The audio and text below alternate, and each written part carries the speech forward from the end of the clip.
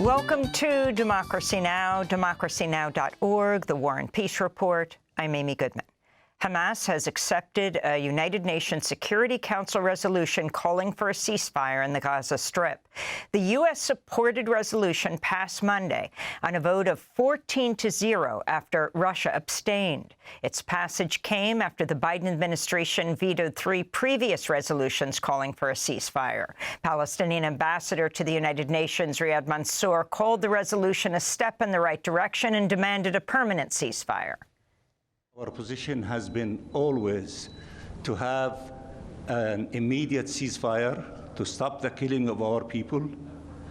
So this resolution is a step in that direction.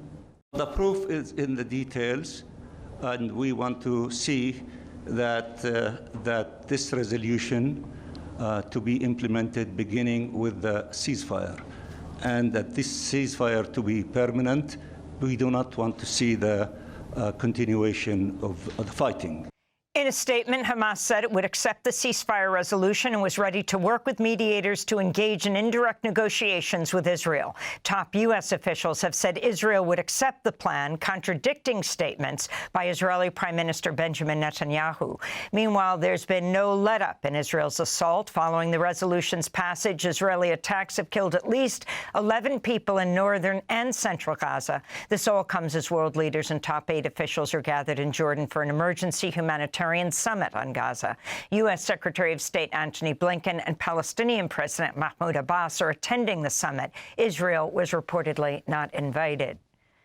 In the occupied West Bank, Israeli forces raided the Al-Farah refugee camp Monday, killing at least 3 people, including a 15-year-old Palestinian teenager named Mahmoud al-Nabrisi. This is a resident of the Al-Farah camp.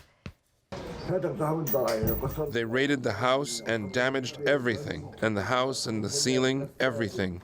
They ruined the washer and refrigerator, the bathroom, not leaving anything in it. They are terrorists and do not care for anyone.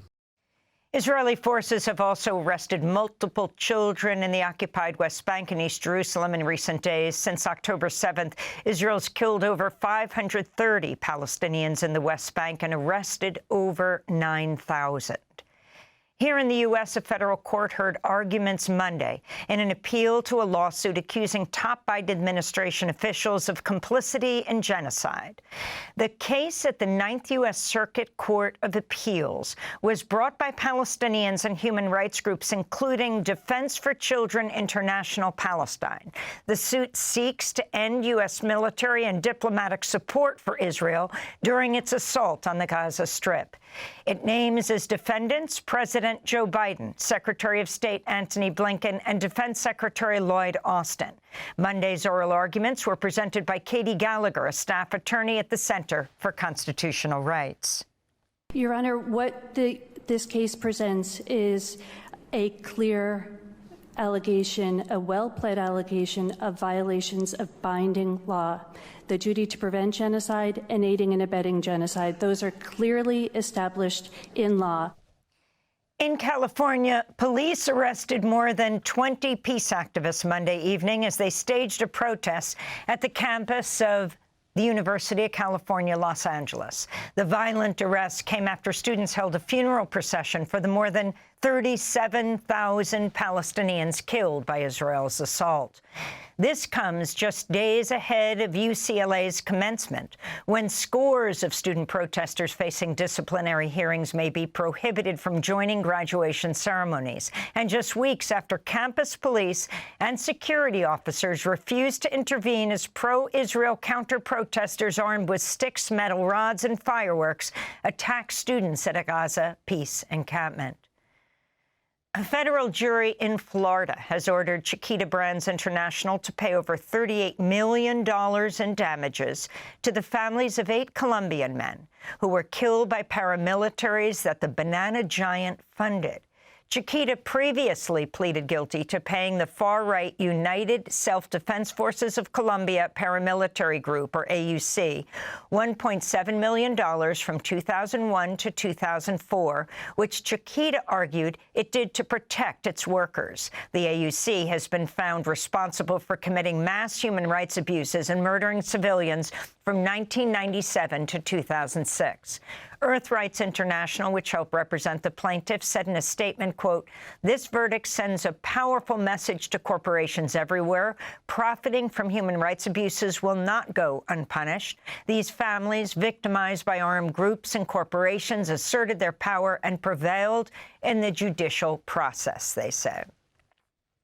Belgium's prime minister has formally resigned following a surge of support for far-right candidates on Sunday, when Belgian voters cast ballots in general, regional, and European elections. The right-wing anti-immigrant New Flemish Alliance will lead negotiations to form a coalition government in Belgium. This came as part of a wave of gains by Eurosceptic and far-right parties in EU elections over the weekend. We'll have more on those elections and the rise of the far-right in France after headlines. Newly published audio reveals Supreme Court Justice Samuel Alito questioning whether the United States can overcome its polarized political divide and appearing to endorse a Christian theocracy. Justice Alito made the comments at the annual dinner of the Supreme Court Historical Society June 3rd. The audio was secretly recorded by documentarian Lauren Windsor, who posed as a conservative activist. In the recording, Justice Alito agrees when Windsor says she hopes to, quote, "return our country to a place of godliness." And Alito appears to rule out compromise between polarized political factions. One side or the other is going to win. I don't know. I mean, there can be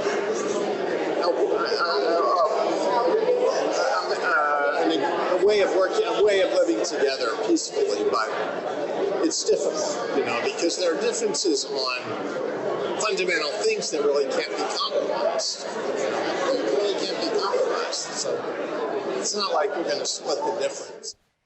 In a separate recording from the same event, Justice Alito's wife, Martha Ann Baumgartner, complains about rainbow flags during Pride Month, quotes at length from the Bible, assails feminists as feminazis, and boasts of her German heritage. In May, Justice Alito told Congress he will not recuse himself from cases involving Donald Trump and the January 6th Capitol insurrection after photos emerged of two flags associated with election deniers flying in front of his homes in Virginia and New Jersey.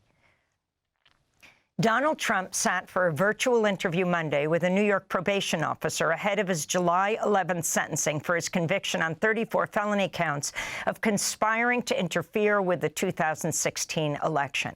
In other Trump news, the presumptive Republican presidential nominee held an outdoor Las Vegas rally Sunday at temperatures soaring over 100 degrees in the desert city. Trump joked to his supporters they should not die before they're able to vote for him. Nice. Do you feel the breeze? Because I don't want anybody going on me. We need every voter. I don't care about you. I just want your vote. I don't care. 6 rally goers had to be taken to a hospital. Another 24 received on-site medical attention due to the intense heat. Meanwhile, in Arizona, Rudy Giuliani was booked and posted a $10,000 bond in the Arizona criminal case involving the use of fake electors to overturn Trump's 2020 loss. Jury deliberations are underway in Hunter Biden's gun trial. The president's son is accused of illegally purchasing a gun at a time when he was using drugs. Hunter Biden's defense team argued he was in recovery and not a drug user at the time. If convicted, he could face up to 25 years in prison, though would likely receive a much lighter sentence. And the Reverend James Lawson has died at the age of 95. Lawson was a godfather of the civil rights movement, whom Dr. Martin Luther King Jr. once called the leading theorist and strategist of nonviolence in the world. During the Korean War in the 50s, James Lawson was imprisoned for refusing to be drafted into the U.S. Army. He was later expelled from Vanderbilt University Divinity School for helping to organize lunch counter sit-in protests against segregation. As a missionary in India, Lawson studied Mahatma Gandhi's principles of nonviolence. He would go on to teach nonviolent civil disobedience tactics to rank-and-file activists in the civil rights movement. In 2020, Reverend Lawson was among speakers at the funeral of Congressmember John Lewis at the Ebenezer Baptist Church in Atlanta. We will not be quiet as long as our nation continues to be the most violent culture in the history of humankind. We will not be quiet as long as our economy is shaped not by freedom, but by plantation capitalism that continues to cause domination and control rather than access and liberty and equality for all. To see our interview with Reverend James Lawson, you can go to democracynow.org. And those are some of the headlines. This is Democracy Now!, democracynow.org, The War and Peace Report. I'm Amy Goodman in New York with Democracy Now!'s Juan Gonzalez in Chicago. Hi, Juan. Hi, Amy, and welcome to all of our listeners and viewers across the country and around the world.